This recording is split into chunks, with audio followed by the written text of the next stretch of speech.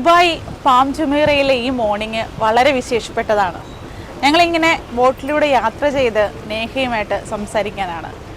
ഇപ്പോൾ നേഹയെക്കുറിച്ച് പറയുകയാണെങ്കിൽ ICMDAയിൽ നിന്നും 10ൽ പരം അവാർഡുകൾ കരസ്ഥമാക്കിയ ഒരു മിടുക്കിക്കുട്ടിയാണ്.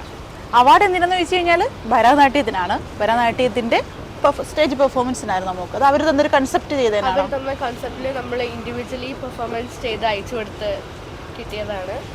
ലൈക്ക് ഒരു 1 year പ്രോസസ്സ്. ഓക്കെ. അപ്പോൾ ശിവതാണ്ഡവം എന്ന് പറഞ്ഞൊരു കൺസെപ്റ്റാണ് നേഹ എടുത്തിട്ടുള്ളത്. അപ്പോൾ നമുക്ക് അതിനെക്കുറിച്ച് ചോദിക്കാം, നേഹയുടെ വിശേഷങ്ങളിലേക്ക് പോകാം. അപ്പോൾ അവർ 24/7 എല്ലാ പ്രേക്ഷകർക്കും ഈ ടോക്ക് ഷോയിലേക്ക് സ്വാഗതം. ഹായ് നേഹ. ഹായ്. എന്തൊക്കെയുണ്ട് വിശേഷങ്ങൾ? സുഖം. സുഖം. അപ്പം ICMDA എന്ന് ഈ 10 അവാർഡുകളൊക്കെ കരസ്ഥമാക്കി. എന്താണ് ഭരതനാട്യത്തിന്റെ ഈ ശിവതാണ്ഡവം എന്ന് പറയുന്നൊരു കൺസെപ്റ്റ്. എന്താ മോക്ക് ആ കൺസെപ്റ്റ് എടുക്കാൻ എന്താ അതിനെപ്പറ്റി പറയാനുള്ളത്? എന്താ, നമ്മൾ ഓൾറെഡി ഇപ്പം അതിനെപ്പറ്റി പാഷനറ്റ് ആണല്ലോ. അപ്പം നമുക്ക് ലൈക്ക് ഫോഴ്സ്ഡ് ഒന്നും അല്ലല്ലോ. അപ്പം നമ്മൾ അതിനോടുള്ളൊരു ഇഷ്ടം കൊണ്ട് നമ്മൾ അതിനോട് ലൈക്ക് കോൺസെൻട്രേഷൻ കൊടുത്ത് ഫോക്കസ് ചെയ്ത് നമ്മൾ ചെയ്യുന്നതാണ്. അപ്പം അങ്ങനെ ആയതുകൊണ്ട് അപ്പൊ ആ ഒരു കൺസെപ്റ്റ് കിട്ടിയപ്പം കുറച്ചും കൂടി നമുക്ക് ചെയ്യാൻ കൂടുതൽ പാഷൻ തോന്നി അല്ലേ? കാരണം ഡാൻസിന്റെ തന്നെ ഒരു കൺസെപ്റ്റ് ആണല്ലോ ശിവൻ എന്ന് പറഞ്ഞ നടരാജൻ അല്ലേ, നാട്യ. അപ്പൊ അതിന്റെ കൂടെ ഈ ഒരു ശിവതാണ്ഡവം എന്ന് പറയുമ്പോൾ അതിനൊരു എക്സ്ട്രീം ലെവലിലോട്ടുള്ളൊരു കൺസെപ്റ്റ് മോക്ക് കിട്ടി അല്ലേ? അതിൽ എനിക്ക് തോന്നുന്നു ഭയങ്കര ലക്കായി തോന്നുന്നു അല്ലേ? പിന്നെ ഈ ഡാൻസ് ഇപ്പം 10ാം ക്ലാസ്സിലാണല്ലോ പഠിക്കുന്നത്. അപ്പൊ എത്ര വയസ്സ് മുതലാണ് ഡാൻസ് ഒക്കെ പഠിച്ചു തുടങ്ങിയത്? ഞാൻ ആക്ച്വലി ഡാൻസ് എവിടെ പാട്ട് കേട്ടാലും കുഞ്ഞിലേ. പിന്നെ ഒരു കാര്യം പ്രേക്ഷകർ വിചാരിക്കും, ഇത് കുറെ വർഷങ്ങളായിട്ട് 15 വയസ്സുകാരിയാട്ടോ, ടീനേജ് ആണ്, 10ാം ക്ലാസ്സിൽ പഠിക്കുകയാണ്. അപ്പൊ അതിൻ്റെ ഉള്ളിലാണ് ഈ അവാർഡ്സ് ഒക്കെ കരസ്ഥമാക്കിയിരിക്കുന്നത്. അപ്പൊ എത്ര വയസ്സ് തൊട്ട് നമ്മൾ ഡാൻസ് പഠിച്ചു തുടങ്ങിയത്? ഞാൻ ഡാൻസ് ക്ലാസിക്കൽ ഡാൻസ് പഠിച്ചു തുടങ്ങിയിട്ട് ഇപ്പോൾ ഒരു ഓൾമോസ്റ്റ് 8 years ആയി.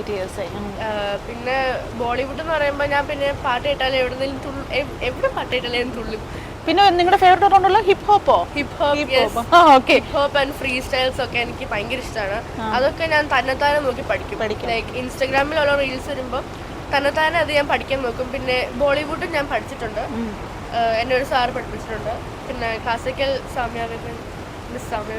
ആരാണ് മോളെ 8 വർഷമായിട്ട് ക്ലാസിക്കൽ ഡാൻസ് പഠിപ്പിക്കുന്ന ടീച്ചർ ആരാണ്? അധ്യാപകനാണ് സൗമ്യ വിപിൻ എന്ന് പറഞ്ഞ കലാഞ്ജലി നൃത്താലയയിലെ ടീച്ചറാണ്. അത് ഷാർജയിലാണോ? നമ്മുടെ ഷാർജയിലാണ്. മോൾ 8-9 വർഷം കൊണ്ട് സൗമ്യ ടീച്ചറിന് ശിഷ്യയായിട്ട് നൃത്തം അഭ്യസിക്കുകയാണ് അല്ലേ? അപ്പൊ ടീച്ചറിനും ഒരുപാട് നമുക്കൊരു നന്ദി പറയാനുണ്ട്. കാരണം പ്രൗഡ് മൊമെന്റ്, ടീച്ചറിന്റെ ഒരു സ്റ്റുഡന്റ് ഇത്രയും ഇന്റർനാഷണൽ ലെവലിൽ അവാർഡൊക്കെ കരസ്ഥമാക്കി ഇങ്ങനെ ഒരു ഇതിലിരിക്കുമ്പോൾ ടീച്ചറിനും അഭിമാനിക്കാം. ടീച്ചറും ബ്ലെസ്ഡ് ആണ്, കുട്ടിയും ബ്ലെസ്ഡ് ആണ്, ഞങ്ങളും ബ്ലെസ്ഡ് ആണ് അല്ലേ? അതുപോലെ മോക്ക് പിന്നെ കോറിയോഗ്രാഫി ഒക്കെ ചെയ്യാറുണ്ടോ മോള്? ഞാൻ കോറിയോഗ്രാഫി ചെയ്യാറുണ്ട്. ലൈക്ക് ഈ കോറിയോഗ്രാഫിയില് ശരിക്കും നമുക്കൊരു എല്ലാത്തിലും ഒരു റിസ്ക് ഫാക്ടേഴ്സ് ഉണ്ടാവും, നമുക്കൊരു ചലഞ്ച് ഉണ്ടാവും. ഈ കോറിയോഗ്രാഫി ചെയ്യുമ്പോൾ നമുക്ക് വരുന്ന ഫസ്റ്റ് ചലഞ്ച്, നമുക്ക് തോന്നിയിട്ടുള്ള ചലഞ്ച് എന്താണ്? ഫസ്റ്റ് ചലഞ്ച് വെച്ചാല് അവര് തരുന്ന സോങ്സ് നമ്മൾ ഡിസൈഡ് ചെയ്യുന്ന സോങ്സും, പിന്നെ അതും പിള്ളേർ തമ്മിലുള്ള പ്രശ്നം, അവർ തമ്മിലുള്ള ഒരു കണക്ഷൻസ് വേണം, ഒരു കെമിസ്ട്രി വേണം. എസ്പെഷ്യലി ഇപ്പൊ ഈ ജനറേഷനില് ഇപ്പൊ ഈ ഇതിലെടുക്കുന്ന ഇപ്പൊ റാപ്പ് സോങ്സ് ഒക്കെ ഇല്ലേ, അതൊക്കെ ആയിരിക്കും നമുക്ക് ഇഷ്ടം, ലൈക്ക് ഒരു ഫ്രീ സ്റ്റൈൽ കിട്ടാൻ വേണ്ടി. പക്ഷെ അതൊക്കെ ടീച്ചേഴ്സിന് ഇഷ്ടപ്പെടണമെന്ന് വരത്തില്ല. അങ്ങനെ ഒരു വലിയൊരു ചാലഞ്ച്. അപ്പൊ നമ്മൾ അതിലൊരു പെട്ട് കിടക്കും. ആദ്യം നമുക്കതൊരു ദൈവമേ, ഇതിപ്പോ ഇവര് തമ്മിൽ എങ്ങനെ കോംപ്രമൈസ് ആക്കുന്നത്, നമ്മള് അങ്ങനെ ഒരു പ്രശ്നം വരും. പിന്നെ ഫോർമേഷൻസ്, പിന്നെ ചില പേര് എല്ലാവരും നല്ലോണം പെർഫെക്റ്റ് ആയിട്ട് കളിക്കണം എന്നില്ലല്ലോ. അപ്പം അവരൊക്കെ വെച്ച് നോക്കുമ്പോ അവരൊക്കെ ഒന്ന് നമ്മള് പതുക്കെ ഒന്ന് ഇതാക്കി വരണം. എല്ലാവരും വലിയ ചാലഞ്ചാണ്. എല്ലാവരും കോർഡിനേറ്റ് ചെയ്ത് സിങ്കർനൈസ് ഒക്കെ ചെയ്ത് വരണം.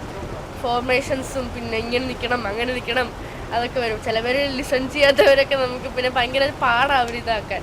അപ്പം അതൊക്കെ വെച്ച് നോക്കുമ്പോൾ ഒരു വലിയൊരു ഇതാണ്, ചലഞ്ചാണ്. ഭയങ്കര ഈസി അല്ല നമ്മൾ പറയുന്ന മാതിരി ഒന്നും. കൊറിയോഗ്രാഫിങ് ഈസ് വെരി ഹാർഡ് ആക്ച്വലി.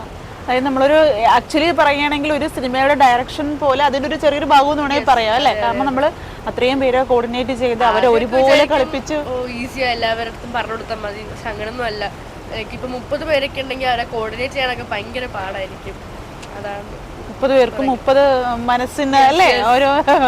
ഓരോരുത്തരുടെ ഇഷ്ടവും അവരുടെ പാട്ടിന്റെ സ്റ്റൈലും അവരെങ്ങനെ കളിക്കുന്നതും പിന്നെ പാരന്റ്സിന്റെ പ്രിഫറൻസും അങ്ങനെ അപ്പോൾ ഒരു കോറിയോഗ്രാഫർ എന്ന് പറയുന്നത് ആക്ച്വലി ചലഞ്ച് ഫുൾ തന്നെയാണ് അല്ലേ, കോറിയോഗ്രാഫി ചെയ്യാന്ന് പറയുന്നത്. പക്ഷെ മോളത് ഭംഗിയായി ചെയ്യുന്നുണ്ട് അല്ലേ? ഇപ്പൊ റീസെന്റ്ലി ഇപ്പൊ എന്താ ചെയ്യാം, കോറിയോഗ്രാഫിയിൽ ഏതോ ഒരു ഇത് കിട്ടിയെന്ന് പറയുന്നുണ്ടായിരുന്നല്ലോ പള്ളിയില് ഹാർവസ്റ്റ് ഫെസ്റ്റിവലിന് വേണ്ടി ഞാൻ ഇപ്പം ചെയ്യുന്നുണ്ട്. 30 സ്റ്റുഡൻസ് ഓൾമോസ്റ്റ്, അവർക്ക് വേണ്ടി ഞാൻ കൊറിയോഗ്രാഫി ചെയ്യുന്നുണ്ട്. Like each grade 8th 9th 10th. അതിൽ സോങ്സ് അവർ തരുന്നതാണോ അതോ മൂക്ക് നമ്മൾ സെലക്ട് ചെയ്യും, എന്നിട്ട് അവരുടെ അപ്രൂവൽ കിട്ടണം. എല്ലാം എപ്പോഴും എസ് പറയണമെന്നില്ല, ബിക്കോസ് അവർക്കൊരു പ്രിഫറൻസ് ഉണ്ട്, പള്ളിയിലും കൂടെ അല്ല കളിക്കുന്നത്. അപ്പൊ കുറച്ച് സ്പിരിച്വൽ ഐ മീൻ അതുകൊണ്ട് കണക്ട് ആവണമെന്നുണ്ടോ അതോ അല്ല ഇഷ്ടമുള്ള പാട്ട്, ബട്ട് ലൈക്ക് നല്ല സോങ് ആയിരിക്കണം. ലൈക്ക് ഡബിൾ മീനിങ് അങ്ങനെ. Okay okay. അതായത് നമ്മളത് എവിടെയാണോ നമ്മളത് പെർഫോം ചെയ്യുന്നത്, ആ പെർഫോം ചെയ്യുന്ന ആ ഒരു സ്ഥലത്തിന് നമ്മൾ റെസ്പെക്ട് ചെയ്തുകൊണ്ട് വേണം അത് ചെയ്യാൻ. ഓഡിയൻസിനും ക്യാച്ചപ്പ് വേണം, ലൈക്ക് അവർ അട്രാക്റ്റഡ് ആവണം. അപ്പോൾ ഒരു കോറിയോഗ്രാഫിയിൽ നമ്മൾ ശ്രദ്ധിക്കേണ്ടത് ഓഡിയൻസ്, ഏത് ഓഡിയൻസ് ആണ്, എവിടെയാണ് നമ്മളിത് ചെയ്യാൻ പോകണം, അതൊക്കെ കണ്ടുകൊണ്ട് വേണം നമ്മളൊരു സോങ് സെലക്ട് ചെയ്യാനും. സെലിബ്രിറ്റീസ് ഒക്കെ നമ്മുടെ ഹാർവസ്റ്റ് ഫെസ്റ്റിവൽ, അപ്പം അവർക്കൊക്കെ പ്രത്യേകിച്ച് നമ്മളൊരു ആരാധനാലയത്തിൽ ഒരു ഇത് സെലക്ട് ചെയ്യുമ്പോൾ നമ്മളുടെ ആ ഒരു കൺസെപ്റ്റിനോട് എനിക്ക് ഭയങ്കര റെസ്പെക്ട് തോന്നി. കാരണം ഒരു ആരാധനാലയത്തിൽ നമ്മളൊരു പ്രോഗ്രാം ചെയ്യുമ്പോൾ അല്ലെങ്കിൽ ഒരു കാര്യം ചെയ്യുമ്പോൾ അവിടുത്തെ ഒരു മൊത്തം കൾച്ചറിനെ റെസ്പെക്ട് ചെയ്തുകൊണ്ടൊരു സാധനം ചെയ്യണം എന്നുള്ള ആ മോളുടെ മനസ്സിലുള്ള ആ ഒരു കൺസെപ്റ്റിനോട് really I feel more respect. Because ഇപ്പോഴത്തെ കുട്ടികളെന്ന് പറഞ്ഞാൽ എന്താണ്, അവർക്ക് ട്രെൻഡാണ്. അതവിടെ ഞാൻ അതാക്കി പറയുന്നതല്ല, റെസ്പെക്റ്റിനെക്കാളും അല്ലെങ്കിൽ പാഷനേക്കാളും ഒക്കെ കൂടുതൽ ട്രെൻഡിങ് ആണ് പറയുന്നത്. അപ്പോൾ ട്രെൻഡിങ്ങിനോടൊപ്പം ഇതുപോലെ ബാക്കി കാര്യങ്ങളോട് വെച്ചാൽ കുറച്ചും കൂടെ ഗ്രേറ്റ് ആയിരിക്കും അല്ലേ? പക്ഷെ നമ്മൾ അതിൻ്റെ ഇടയ്ക്ക് പെട്ടു, ബിക്കോസ് ലൈക്ക് പിള്ളേർക്ക് അടിച്ചുപൊളി പാട്ട് വേണം, പക്ഷേ നമുക്ക് ടീച്ചർമാർ പറയുന്നത് പറ്റില്ല, ഇതിനതുണ്ട്, ഇതിന് ഐറ്റം സോങ് ആണ്, അതൊന്നും വേണ്ട. അപ്പം അതൊരു വലിയ ചാലഞ്ചാണ്. ഇപ്പൊ ടീച്ചേഴ്സൊക്കെ പൊളിയല്ലേ നമ്മളെ നാട്ടില്. ടീച്ചേഴ്സിന്റെ എന്താണ് പിന്നെ ഇതൊക്കെ വരും, ഫെസ്റ്റിവലൊക്കെ വരുമ്പം, പിന്നെ യൂത്ത് ഫെസ്റ്റിവലൊക്കെ വരുമ്പം പിള്ളേരെക്കാളും കൂടുതൽ ടീച്ചേഴ്സ് ആണ് ഇപ്പൊ പൊളിക്കുന്നത് അല്ലേ? സപ്പോർട്ടാണ്. പിന്നെ എന്റെ തൊട്ട് താഴെ കമന്റ്സും കാണും, ഞങ്ങൾ 80s 90s ആണ്, ഞങ്ങളോട് കളിക്കാനില്ലെന്ന് പറഞ്ഞിട്ടാണ് അവരിപ്പോ ഭയങ്കര പവർ പെർഫോമൻസ് അല്ലേ ചെയ്യുന്നത്. പിന്നെ സ്കൂളിൽ പഠിത്തം, അതായത് സ്കൂളും പോർഷൻസും പഠിത്തവും പിന്നെ ഡാൻസും ഇതൊക്കെ ആയിട്ട് ഒരുമിച്ച് പോകുമ്പോഴത്തേക്കും എന്തെങ്കിലും മീൻസ് എന്താണ് ടെൻഷനൊക്കെ തോന്നാറുണ്ടോ? ടെൻഷൻ ഇല്ല, എന്ന് വെച്ചാൽ ടെൻഷനോ ബുദ്ധിമുട്ടോ ഫീൽ ചെയ്ത് ഒരിക്കലും. ബിക്കോസ് നമ്മൾ അതിനോടൊരു ഇഷ്ടം കാണിക്കണം. ഇഷ്ടം കാണിച്ചിട്ട് ഓരോന്നിനും ഇന്ന ഒരു ടൈം ടേബിൾ തന്നെ വെക്കണം അതിന് വേണ്ടി തന്നെ. അപ്പോൾ ഓരോന്നും ഇന്നതെന്ന് വെച്ചിട്ട് പോയാൽ നമുക്കത് സ്മൂത്ത്ലി കൊണ്ടുപോകാൻ പറ്റും. പക്ഷെ ദൈവമേ ഇത് ഒത്തിരി കൊണ്ട് എനിക്കൊന്നും ചെയ്യാൻ പറ്റത്തില്ല, പിന്നെ അതിനോട് വെറുപ്പും തോന്നും, ചെയ്യാനും തോന്നില്ല. അപ്പൊ അതിനും ഭേദം അതിനെ ഒരു വലിയൊരു സാധനമായിട്ട് കണ്ട് നമുക്ക് ഇഷ്ടമുള്ള ഒരു ഇതിലായിട്ട് കണ്ടാൽ നമുക്കത് ചെയ്തു പോകാൻ പറ്റും. ചില പേരുണ്ട് എനിക്കിത് ചെയ്യാൻ പറ്റത്തില്ല, ഇത് ഇത്രയൊന്നും എനിക്ക് പറ്റത്തില്ല, അങ്ങനെയൊക്കെ വെച്ച് ആലോചിച്ചാൽ നമ്മളതെടുത്ത് കളയത്തേ ഉള്ളൂ. പക്ഷേ ഇപ്പോൾ നോർമലി ഇപ്പോൾ ഭയങ്കര പാഷനോട് അത് കോൺസെൻട്രേറ്റ് ചെയ്ത് ഫോക്കസ് ചെയ്തൊക്കെ നമ്മുടെ ഹാർഡിലോട്ട് എടുത്താൽ നമുക്ക് ചെയ്യാൻ പറ്റും. പഠിക്കുന്ന കാര്യത്തിൽ അങ്ങനെയാണോ, ഹൃദയം കൊണ്ടാണോ സ്വീകരിച്ചിരിക്കുന്നത്? മിസ്സൊക്കെ ടീച്ചർമാരൊക്കെ കാണുന്നുണ്ട് ഇന്റർവ്യൂ. അപ്പൊ നേഹ പഠിക്കുന്ന കാര്യം ഹൃദയം കൊണ്ടാണോ എന്നുള്ളത് ടീച്ചർമാർ കമന്റ് ചെയ്യട്ടോ. പറഞ്ഞോളൂ. പഠിക്കുന്ന ഏറ്റവും ടഫായ സബ്ജക്ട്, ഈസി സബ്ജക്ട് അങ്ങനെയൊക്കെ ഉണ്ട്? എനിക്ക് ഇഷ്ടമുള്ളത് ഞാൻ പറയാം, SST ഹിസ്റ്ററി ജോഗ്രഫി എനിക്ക് ഏറ്റവും ഇഷ്ടം. ബിക്കോസ് ലൈക്ക് അത് ഞാൻ ഭയങ്കര ഇഷ്ടത്തോടായിരുന്നു പഠിക്കുക. എപ്പോഴും പഠിക്കാൻ ബുക്കെടുത്ത് ആദ്യം അതായിരിക്കും എടുക്കുന്നത്, SST. പിന്നെ ലീസ്റ്റ് ഫേവറേറ്റ് എന്ന് പറഞ്ഞാൽ മാത്സ്. പക്ഷെ മാത്സ് എന്ന് പറഞ്ഞാൽ നമ്മൾ ശ്രദ്ധിക്കണം. ലൈക്ക് ഞാൻ ഓഫ് കോഴ്സ് എൻ്റെ ബെസ്റ്റ് ഞാൻ ട്രൈ ചെയ്യുന്നുണ്ട്. പക്ഷേ ഞാൻ കുഞ്ഞിലേ തൊട്ട് എനിക്ക് ആ സബ്ജക്റ്റിനോടൊരു ഇതുള്ളതുകൊണ്ട് അങ്ങനെയുള്ള, അല്ലാണ്ട് ഇപ്പം അത്ര വലിയ കുഴപ്പമില്ല. ലൈക്ക് പഠിച്ചാൽ ഈസിയാണ്, പഠിക്കാതെ പെൻഡിങ് ആക്കി ഇട്ടാലേ ഉള്ളൂ കുഴപ്പം വരുന്നത്. ഇപ്പോൾ ടീനേജ് ആണല്ലോ അല്ലേ? ഇപ്പോൾ അച്ഛനും അമ്മയും കൂടുതലും നോ പറയുന്നൊരു നമ്മൾ എന്തെങ്കിലുമൊക്കെ കാര്യങ്ങൾ പറയുമ്പോൾ അച്ഛൻ പറയും അതിപ്പോൾ വേണ്ട, അല്ലെങ്കിൽ അമ്മ പറയും, അമ്മ ചിലപ്പോൾ റെക്കമെൻഡ് ചെയ്യും, അല്ലെങ്കിൽ ചിലപ്പോൾ അച്ഛൻ പറയും അത് ഓക്കെ, അപ്പോൾ അമ്മ പറയും. അപ്പോൾ ഈ ടീനേജിന് നോ കേൾക്കാൻ അത്ര ഇഷ്ടമില്ലെന്നാണ് കേൾക്കാറുള്ളത്. അപ്പം നേഹയ്ക്കും ഈ നോയോട് എന്താണ് പറയാനുള്ളത്? നോ കേൾക്കാറുണ്ടോ അച്ഛനും അമ്മയുടെ ഒന്നും കൂടുതലായിട്ട്?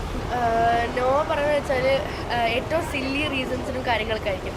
അതായത് ലൈക്ക് ഈ ഹാങ് ഔട്ട്സിന് പോണ ഫ്രണ്ട്സിന്റെ കൂടെ, അതിനൊക്കെ എപ്പോഴും യെസ് ഒന്നും പറയത്തില്ല, അതിനെ നോ പറയാറുള്ളൂ.